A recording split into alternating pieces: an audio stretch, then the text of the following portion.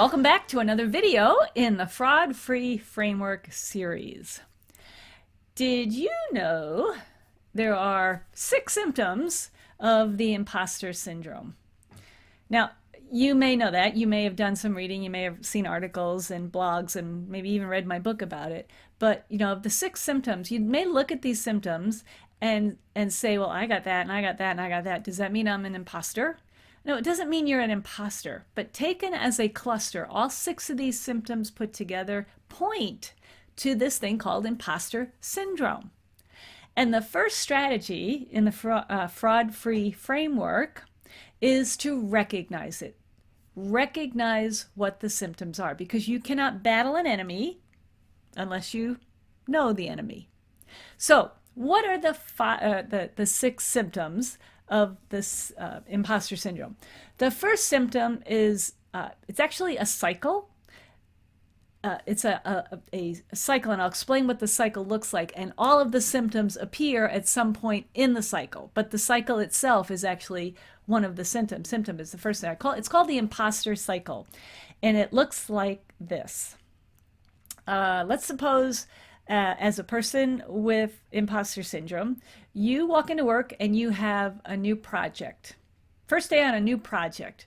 You certainly want to do well. You want to knock it out of the park. You want to make sure that you do a good job.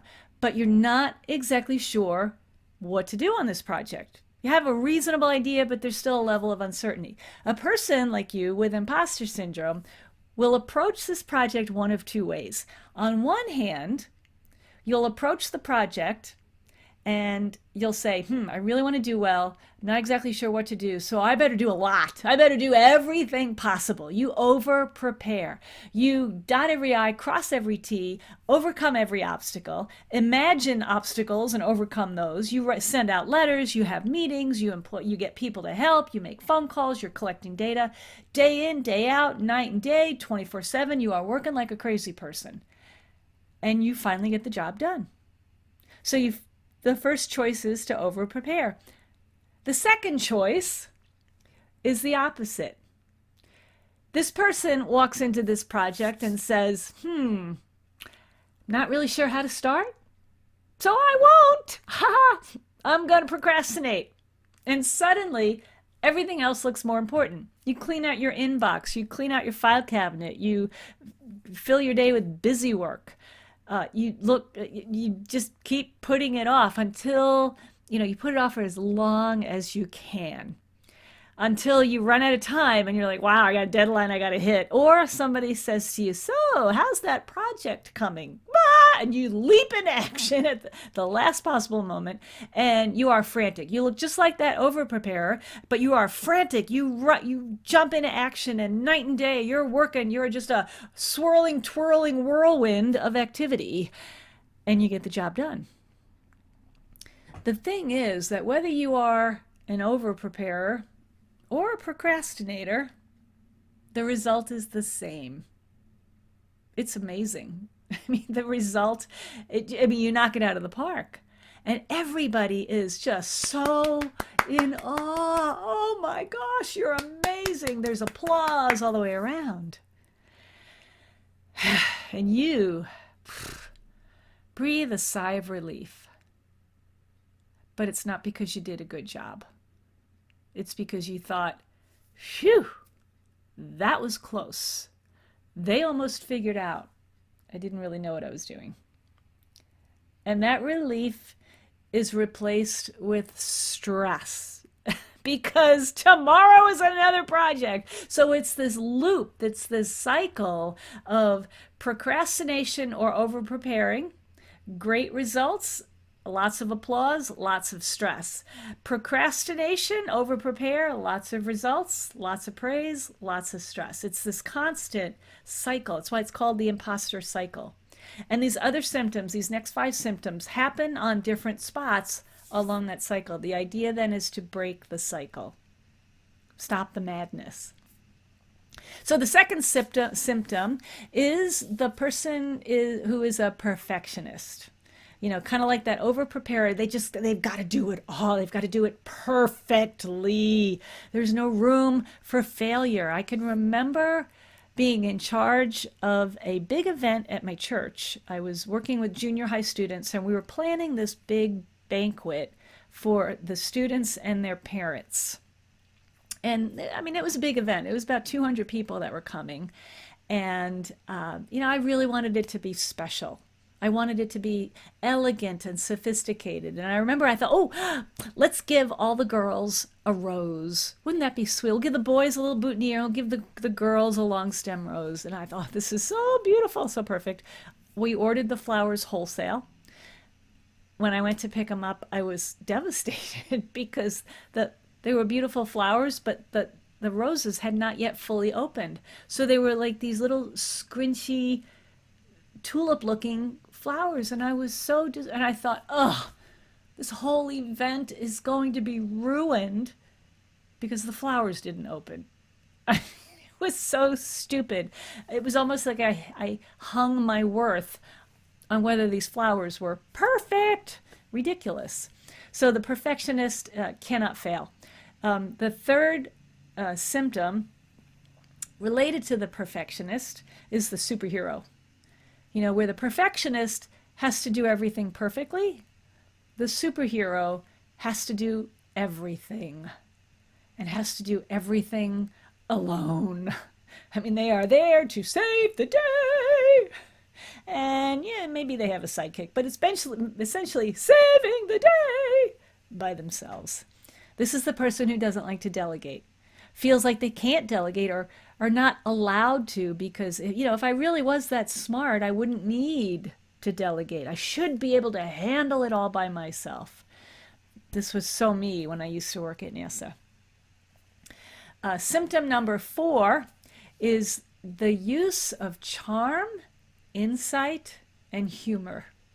This is one of my favorites, or my default, I should say.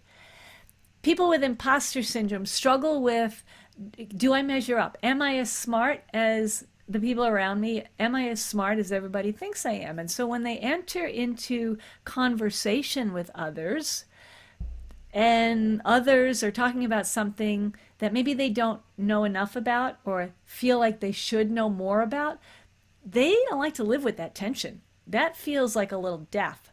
So instead of remaining silent and feeling like this death, they feel compelled to add something to the conversation. Usually it's, an obliquely related comment, a word of wisdom, something referencing somebody who had an impact on them, or humor. The idea is if I keep them laughing, they won't realize that I'm stupid.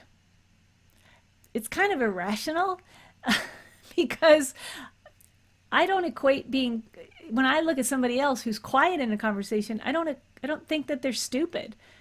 I just think that they're quiet. I don't think it is a character flaw. It's just a personality trait with no judgment. So why do I put that pressure on myself? I don't know. The fifth symptom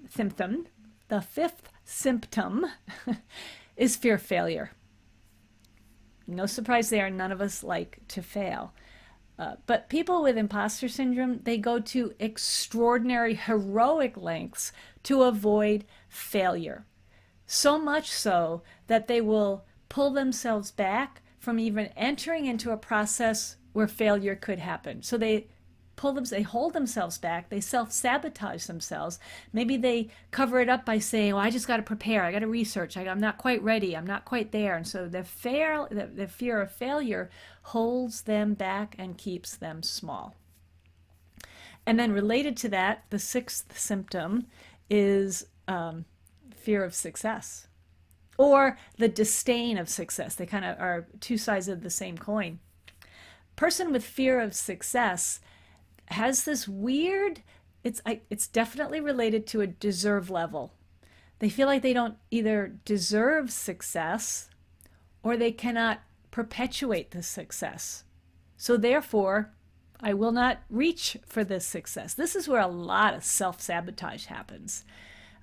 I can remember I used to sell Mary Kay cosmetics, and one of the goals was to sell enough products and build your business enough to where you would earn a car. And there was a certain level of achievement, certain things you had to do, a certain number of things you had to do. And I would get almost to the end, and then I would kind of sit back and say, I just don't think I could do it. And I would undercut myself. I would self-sabotage myself. But deep down, I was afraid of the success. I was afraid, well, if I get the car, then I have to keep doing the same work to maintain that level.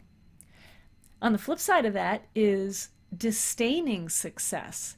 It's saying, oh no, I don't deserve success. I don't deserve the money. The money will change me. People will look at me differently. My relationships will suffer. That's just not who I am.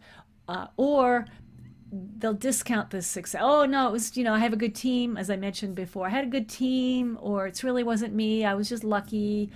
In many ways, dismissing and disdaining the success. So those 6 symptoms paint a picture of what imposter syndrome is.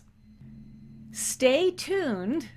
In the next video, we're going to talk about strategy number 2. This was strategy number 1, which is recognize the imposter syndrome. So now that you know the symptoms, we can move on with the next strategy that will help you to overcome it. You ready? Thanks for sticking around.